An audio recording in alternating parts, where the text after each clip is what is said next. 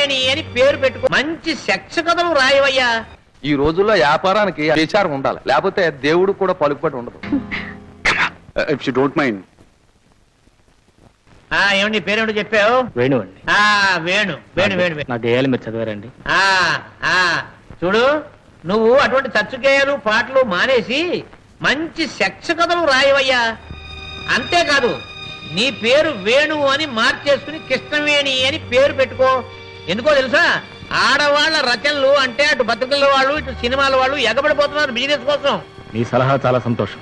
ఇంతకీ నా గేయాలు మీరు అచ్చివేస్తారో చెప్తే. సరే, నీ గేయాలను అచ్చివేస్తే ఈ కొత్తూరి కోదండరామయ్య నెత్తిని కొంగేసుకు పోవాలి. అంతేలేండి. గాడిదలకేం తెలుస్తుంది గంధాల వాసన. నా ఫైల్ ఎక్కడ? ఒరే గాడిద, గాడిదని పిలవమంటారండి? గాడిద కాదురా, కంచర గాడిద.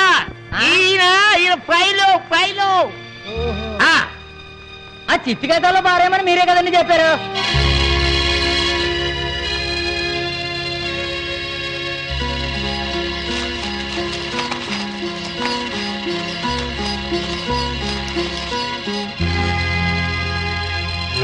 మా ఫైల్ మీ చిత్తు కాగితాల కుప్పలో పారేసే అధికారం మీకు ఎవరిచ్చారు?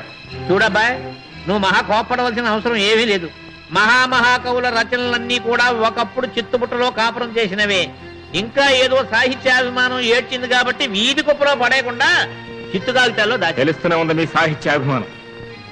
మీలాంటి పబ్లిషర్స్ బ్రతుకున్నంత వరకు వచ్చేది శవ సాహిత్యమే. వస్తాను. ఇంత ఎమోషన్ ఉంటే బ్రతకడం కష్టమయ్యా. కాస్త బండబాతుకోవాలని. అమ్మ గురువు, అయ్యా నాలుగు దొరికినావు గురువా. నువ్వు కదలకుండా అలా కూర్చో, 5 నిమిషాల్లో శుభ్రంగా తలా ఒళ్ళు మాలిష్ చేసేసి బండిని కండిషన్ లో ఇట్టేస్తాను. ఇదిగో నీకోసమే చేయించిన స్పెషల్ గా నిమ్మనాయిలు. నాకెందులే రామదాస్. అమ్మమ్మ అలాగా నీ గురువా. ఇదిగో గురువా, నీకు ఎంత సేవ చేసినా రుణం తీసుకోలేను గురువా. నువ్వు పాట రాసి ఇచ్చాక రోజు 10-15 సంపాదించేస్తున్నాను గురువా. అంటే కవిత్వం కూడా అన్నం పెడుతుందన్నమాట. అమ్మమ్మ అంత సులువుగా పెట్టదు. అసలు వ్యాపారంలో ఉన్న సీక్రెట్ ఏంటంటే సరుకులో ఉన్న సత్తా కాదు మనకు కావాల్సింది, దాన్ని జనానికి అంటగట్టడంలో సత్తా కావాలి. మన ఊళ్ళో గిరిజలకే ఉన్నాడు చూడు, ఆయన దగ్గర ఎప్పుడు ఒక అర్ధం సాగు పద్యాలు, ఒక అర్ధం సన్మాన పద్యాలు రెడీగా ఉంటాయి. ఊళ్ళోకి ఎవడన్నా రాబయం అని పట్రాజులో కట్టుకుని తోమేస్తాడు. అటు పలుకుబడి ఇటు రాబడి 2 ఉన్నాయి. నాకు అలాంటివి చేత కాదు. అందుకే కదా మేళ్ల మీద ఉండాల్సిన పార్క్ బెంచీల మీద బతికేస్తాను. ఇదిగో చూడు గురువా, ఈ రోజుల్లో వ్యాపారానికి అదేది పబ్లిసిటీ ప్రచారం ఉండాలి, లేకపోతే దేవుడు కూడా పలుకుబడి ఉండదు. అని చేత నువ్వు రాసిన కాగితాలన్నీ నా ముఖమే పారాయి. ఊళ్ళో పెద్దలందరినీ తీసుకొచ్చి చదివి వినిపించేస్తాను. ఇదిగా మొంత కింద పప్పుగా ఆటాటుగా అమ్మేస్తాను. కడుపు కక్కుర్తి కోసం కవిత్వాన్ని నమ్ముకోమంటావా దాసు? ఏ పెళ్ళని నమ్ముకుంటే తప్పు, కానీ మాటలు అమ్ముకుంటే తప్పే ఉన్నది గురువా. నేను మాత్రం ఆ పని చేయలేదు. నువ్వెక్కడ దొరికావా ఏది గురువా? ఇదిగా నీకు వచ్చిన కవిత్వం నాలాటోడికి కనుక వస్తే ఈ కుర్సీ కాదు, ఇంతకంటే పెద్దది వేసుకుని దర్జాగా కూర్చుని ఊళ్ళో రసికులు అందరి చేత మాలిష్ చేయించేసుకుంది. ఏంటి బాబు మరి బంగారంలో చూస్తున్నావు? ఏయి ఏం చేయమంటావమ్మా, ఈ కాత్తగంప 50 రూపాయలు ఎట్టుకున్నా. బంగారం కాక మరి ఏంటి పంచట్టు బాబు. ఏమో డబ్బులు. బాబాయ్ బాబాయ్ బాబాయ్ బాబాయ్ బాబాయ్ బాబాయ్ బాబాయ్ బాబు వేణు. బాబాయ్ బాబాయ్ బాబాయ్ బాబాయ్ బాబాయ్ అయినా వేణు. వేణు అమ్మా. బాబు వేణు, ఏమిట్రా ఇది? ఇన్నాళ్ళు ఎక్కడికి వెళ్ళావు? ఏమైపోయావు? ఇల్లు వదిలిపెట్టి ఎన్నాళ్ళు ఇలా తిరుగుతావురా? ఇల్లు వదిలిపెట్టినందుకు కాదమ్మా, తల్లిని వదిలిపెట్టినందుకే బాధ. ఆ బాధ నీకేమాత్రం ఉన్నా ఒక్కసారి వచ్చి కనపడకపోతావా? ఏ ముఖం పెట్టుకుని కనపడమంటావమ్మా? చేయటానికి ఉద్యోగం లేదు, చేతిలో చిల్లి కవ్వలేదు. తల్లికి కావలసింది నీ సంపాదన కాదురా, నీ క్షేమం. సరేలే, పద ఇంటికి పోదాం. ఇంటికి? అన్నం తిని ఎన్నాళ్ళయిందో ఏమో. లేదమ్మా, నేను బాగానే తింటున్నానమ్మా. ఆ మోకం చూస్తేనే తెలుస్తుందిరా. సరేలే పద. రా బాబాయ్ వెళ్దాం.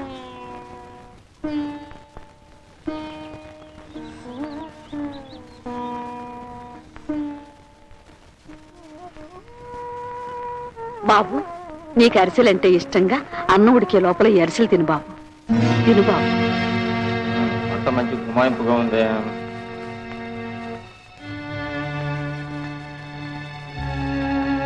తమ్ముడు వేణు, అరిసెలు తింటున్నావా? తిను బాబు తిను. అరిసెలతో పాటు అమ్మ ప్రేమ కూడా కలిపి బాగా తినమ్మా. ఒరే ధనం, ఎట్టే వాళ్లకు లేకపోయినా తినే వాళ్ళకైనా ఉండాలి బుద్ధి. అవునవును. వాళ్ళ మాటలకి వెళ్ళే బాబు, నువ్వు తిను. మీరు మనుషుల రాక్షసుల విరోధైన ఆకలంటూ వస్తే ఇంత అన్నం పెడతామే. మీ తోడ పుట్టినవాడు, మీకంటే చిన్నవాడు ఇన్నాళ్ళకి ఇంటికి వస్తే 2 అరిసి ముక్కలు పెట్టానని మీ నోటికొచ్చినట్టు వాగుతారా? తేరగా తినటానికి ఇదేం ధర్మసత్రం కాదు. అయినా వాడి కాళ్ళు లేవా చేతులు లేవా? కష్టపడి సంపాదించుకోమను, కడుపు నిండా తినమను. ఎవరొద్దన్నారు? ఎరాదాను అసలు వాడికి తిండెందుకన్నాయా? కవిత్వం వెలగబెడుతున్నాడుగా, దాన్నే తిని బ్రతకమాను. ఒరే ఒరే, ఎంత పసికందు నా ఒళ్ళో పారేసిపోయారా మీ నాన్న. మీరు వాడిని తండ్రిలా సాకాల్సింది పోయి. తండ్రిలాగానా? ఇలాంటి చవటని కనమని ఆయన్ని మేము అడగలేదు. ఎరాదాను అవును అంతే. అయినా వాణ్ణి పోషించాల్సిన కర్మ మనకేం పట్టింది? కర్మ మీది కాదురా, నాది. అందుకేరా మీతో ఇన్ని మాటలు పడుతున్నాను. 4 ఏళ్ళు చాకరీ చేసుకుంటే వాడికి నాకు హాయిగా గడిచిపోతుంది. కానీ మీ గౌరవం కోసం, మీ పరువు కోసం కడుపు తీపి చంపుకుని ఇక్కడే పడి ఉంటున్నాను రా. నేను ఇక్కడే ఇలాగే చస్తే అప్పుడు మీ కళ్ళు చల్లగా ఉంటాయి.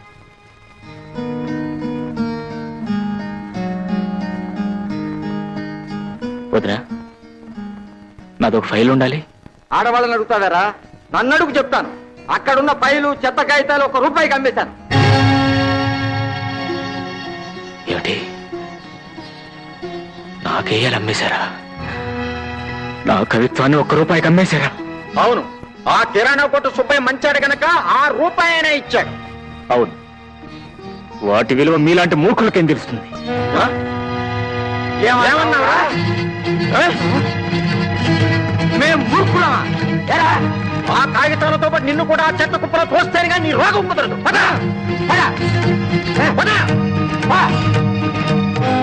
మూర్ఖులం అంట, మూర్ఖులం. నీకు దిక్కునే చెప్పుకోరా బాబు.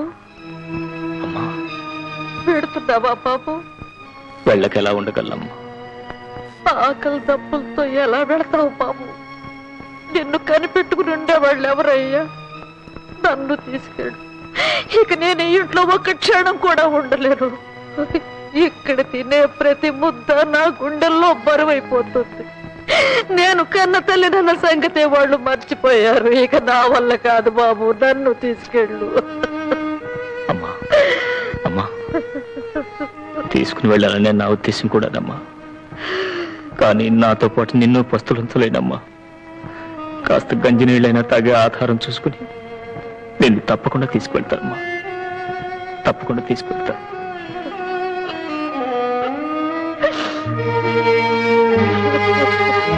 ఏంటండి బాబు, ఏం కావాలి? ఏం లేదు, మా వాడు పాత కాగితాలు ఏమారట, అందులో నాతో ఫైల్ ఉండాలి. ఏం ఫైల్ అయ్యా? ఏమన్నా దస్తావేజులా? కాదు, నేను రాసుకున్న పాటలు, పద్యాలు, గేయాలు. ఆ ఎర్ర ఫైలా? ఏమైంది? ఎవరో ఒక ఆవిడ వచ్చింది, అటు ఇటు తిరగేసింది, ఎంత నడక్కుండా 5 రూపాయలు తీసుకుపోయింది. ఎవరామే? ఎక్కడుంటుంది? ఊరు పేరు తెలియదు, మనిషిని చూస్తే గుర్తుపట్టగలను. ఈసారి వస్తే కనుక్కుంటాలే.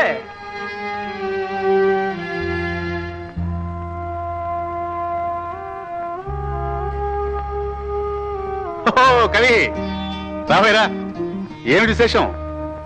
అదేంటో షేక్స్పియర్ మహోత్సవం అంటే ఈ రోజు నీ సోదరులు ప్రేమ వరకపోసారన్నమాట. మాట్లాడేట్రా, అసలు ఏం జరిగిందో చెప్పు. ఎప్పుడూ జరిగేది. కొత్తగా ఏదన్నా జరిగినా జీవితం ఇంత దుర్భరంగా ఉండేది కాదు. ఒరే బ్రదర్, పాత బాటనే నడుస్తూ కొత్త జరగాలంటే ఎలా జరుగుతుంది చెప్పు. కవిత్వంతో కడుపు నిండదని కాలేజీ రోజుల్లోనే చెప్పాను, విన్నావా? వినలేదు. ఆల్ రైట్, పోనీ ఇప్పుడైనా బతకడం నేర్చుకున్నావా? లేదే. మనల్ని చూడు, రోజుకో కొత్త బతుకు, రోజుకో కొత్త ప్లాన్. ఈ రోజు ఏం చేసాం? ఒక పిచ్చి కుక్కను పట్టుకున్నాం, పొయ్యే ఫారెన్ కార్యక్రమం తోసేసాం. అది కుయ్యో మంది మన లబోదివ్వమన్నాం. దాని మీద మన ప్రేమంతా వరకబోసాం. ఆ ప్రేమ ఖరీదు 100 రూపాయలు. ఫినిష్. ఈ రోజు గడిచిపోతుంది. That's all. బైరాగి, ప్రాణాన్ని ప్రేమను నీ అంత చులకనగా చూడలేనురా నేను. ఏమండి, కబుర్ చేశారట? హే రాణి, వచ్చావా? Oh brother Venu, advance booking cancel చేస్తే కష్టాజిత నష్టం. అర్థం కాలేదా? If you don't mind.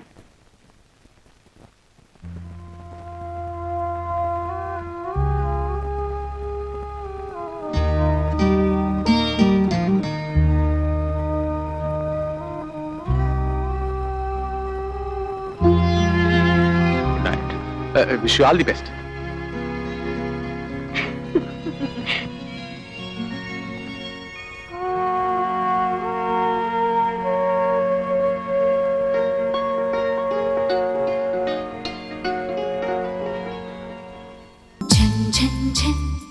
Telugu one